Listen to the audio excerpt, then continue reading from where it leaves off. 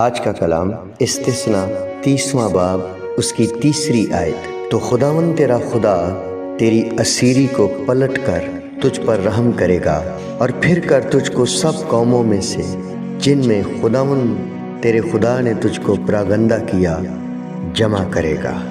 آمین۔ میرے عزیز، بحالی وہ عظیم کام ہے جو خدا ہماری زندگی میں کرنا چاہتا ہے۔ جب وہ بحال کرتا ہے تو ہماری زندگی کے ہر پہلو کو چھوتا ہے۔ شاید آپ کی زندگی کے کسی حصے کو ابلیس نے شدید نقصان پہنچایا ہو۔ اپنی زندگی کا وہ حصہ خداوند کو دے دیں اور اپنی بحالی کے معجزے کا انتظار کیجیے۔ ہاللیلویا۔ آئیں دعا کریں۔ اے خداوند، تو میرا بحال کرنے والا خدا ہے۔